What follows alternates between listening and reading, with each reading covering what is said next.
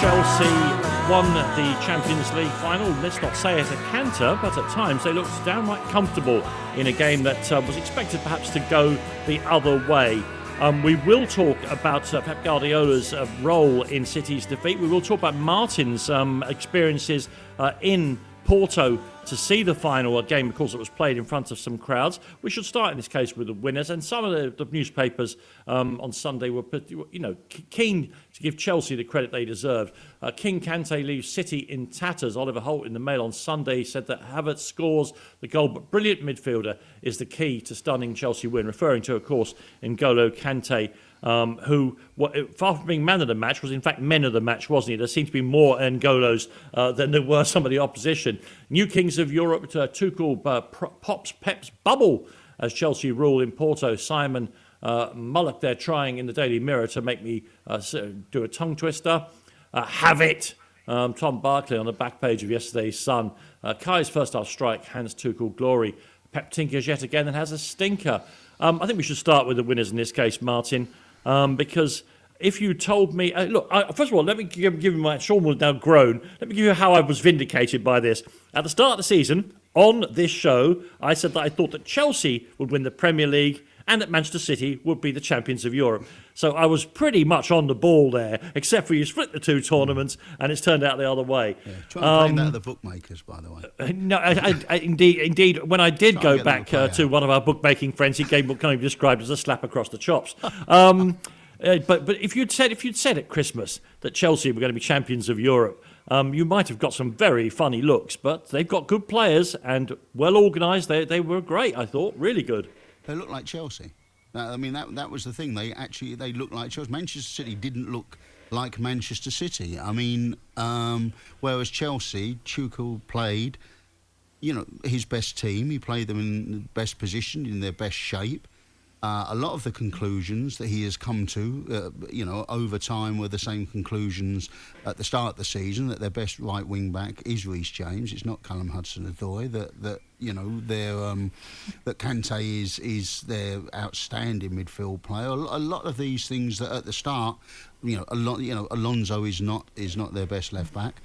A lot of these things that at the start he was tinkering, he was trying to find his way. He's come eventually to the sort of conclusions that people had watched Chelsea all season sort of knew, and having reached those conclusions, he picked his best team and he picked his best players in their best positions, and they looked like Chelsea. A Man City didn't look like Man City, unfortunately, and that was the key to it as far as I could see. Kante was it was an astonishing performance. I mean, to play in that position. And to win 100% of your tackles, as he did, to play in that position and never give a foul away all game. I mean, it's not about necessarily what I think, but I gave him 10 out of 10 in the paper. I've done a long time in newspapers. I've never given a 10 in my life to anybody, and I don't believe it. And I think the guy that runs this station, I think Lee, hates 10 out of 10 in the marks out of 10 as well. He would have been outraged by that. But I was looking at it and thinking... Lee has no power over this programme. You understand that? We're an independent republic. No. But I was looking at it and thinking, well, I can't think of anything he's actually done wrong. So I can't really take even half a mark off the man. He's done everything you'd want him to do. When I got a late call up to the breakfast show this morning, I made a little joke about N'Golo Kante, which I'm so pleased with. I'm going to repeat now. When the team sheets came out and he saw that Manchester City lineup, everyone else saw a team sheet and N'Golo saw a menu. He thought, I'm going to eat these. I'll just have these one after the other like jelly babies because there's nobody physically going to contact him. Sean, at half-time, the sort of pundits on social media and stuff were saying it's a really good game, high technical quality and all the rest of it. But the truth was, it wasn't a very competitive game because there was never a spell where Manchester City were, to use Sean's, to use Martin's thing, identified with Manchester City. They just weren't in the game, were they?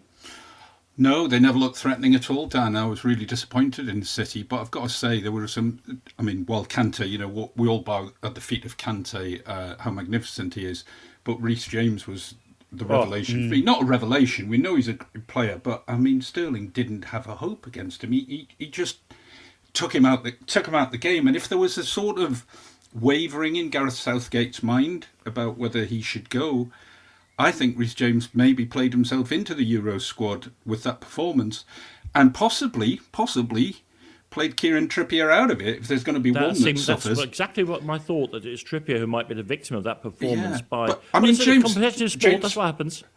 James for me was sensational, but let's also say, two players who were pretty much drifting out of it under Frank Lampard in Rudiger and Azpilicueta came back as very, very strong figures in this winning the Champions League. And I think where Tuchel probably ended up being a grade up from Lampard for this particular season was that he recognised that he needed those sort of players in the team, and he'd worked out a way of getting them. And honestly, I do think Lampard will come good. I think he'll be a good coach and come back again. But I just think Tuchel found a way of melding the youngsters and the more experienced players.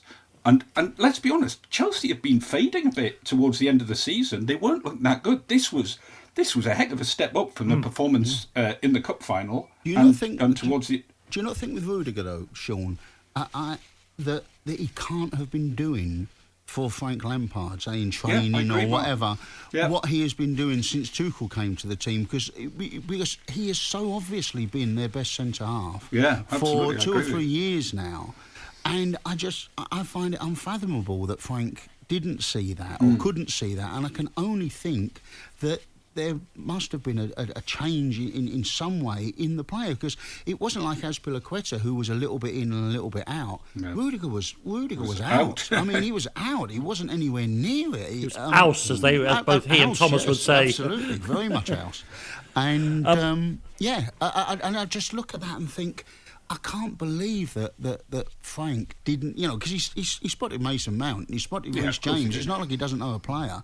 So I can't see that Rudiger can have been performing the same way. No. Maybe. A really, really good victory for Chelsea. And of course, we all know that in football, it is the losers who sometimes come under the bigger spotlight. And we will turn to what exactly happened with Manchester City.